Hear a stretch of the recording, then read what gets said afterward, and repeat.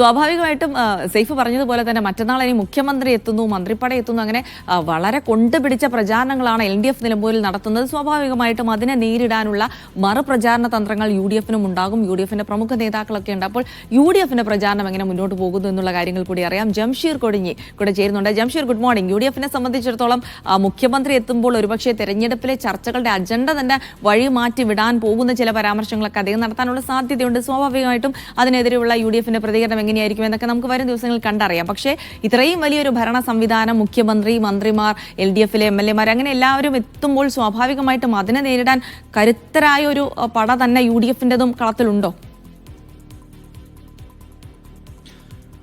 Good morning Jilsy. തീർച്ചയായിട്ടും ജിൽസി സൂചിപ്പിച്ചതുപോലെ ഇന്നലെ മാത്രം ഏതാണ്ട് 10ഓളം മന്ത്രിമാരായിരുന്നു മണ്ഡലത്തിൽ വിവിധയിടങ്ങളിൽ ഉണ്ടായിരുന്നത്. മാത്രമല്ല ഇനി വരും ദിവസങ്ങളിൽ മുഖ്യമന്ത്രി വരുന്നു. അത്തരത്തിൽ വലിയൊരു തരത്തിലുള്ള ഒരു പ്രചരണമാണ് മന്ത്രിമാരും മുഖ്യമന്ത്രിയും ഒക്കെ വന്നുള്ള ഒരു പ്രചരണമാണ് LDF നടത്തുന്നത്. സ്വാഭാവികമായും UDF-ഉം അതിനെ നേരിടാൻ വേണ്ടി അത്തരത്തിലുള്ള പ്രവർത്തനങ്ങൾ നടത്തേണ്ടതുണ്ട്.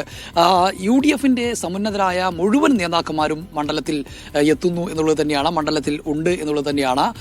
ആര്യാടൻ ഷൗക്കത്തിന് വേണ്ടി UDF-ന്റെ എല്ലാ നേതാക്കന്മാരും, പ്രത്യേകിച്ച് മുതിർന്ന നേതാക്കന്മാർ എല്ലാവരും തന്നെ മണ്ഡലത്തിൽ ഉണ്ട്.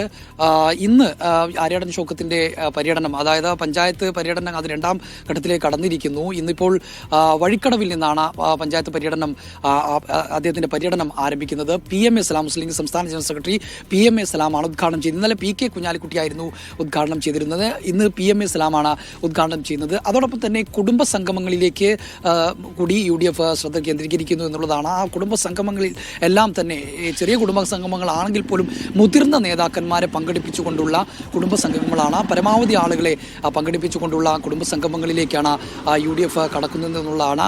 സംസ്ഥാനത്തെ മുതിർന്ന നേതാക്കന്മാരെല്ലാം തന്നെ മണ്ഡലങ്ങളിലേക്ക് കൊണ്ടുവന്നുകൊണ്ട് തന്നെ പ്രചരണങ്ങൾ ശക്തമാക്കുകയാണ് UDF-ഉം.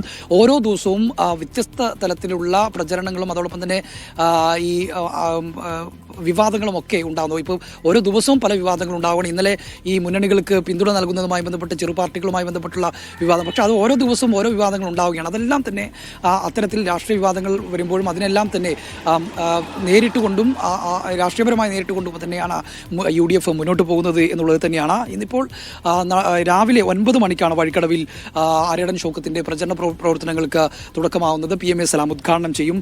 പിന്നീട് നടക്കുന്ന കുടുംബയോഗങ്ങൾ, അത് പലയിടങ്ങളിൽ, പോത്തുകല്ലിൽ നടക്കുന്ന കുടുംബയോഗം KPCC പ്രസിഡന്റ് അഡ്വക്കേറ്റ് സണ്ണി ജോസഫാണ് ഉദ്ഘാടനം ചെയ്യുന്നത്.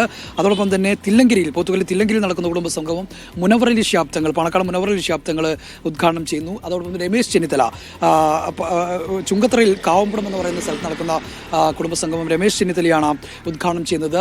ഷിബു ബേബി ജോൺ ചുങ്കത്തറയിലുണ്ട്. അതോടൊപ്പം തന്നെ Anoop Jacob MLA, Kodikunnil Suresh MP ഉൾപ്പെടെയുള്ള advocate Rajan Babu, Adoor Prakash, UDF convener Adoor Prakash, K Sudhakaran ഉൾപ്പെടെയുള്ളവർ ഇന്ന് മണ്ഡലത്തിലുണ്ട്.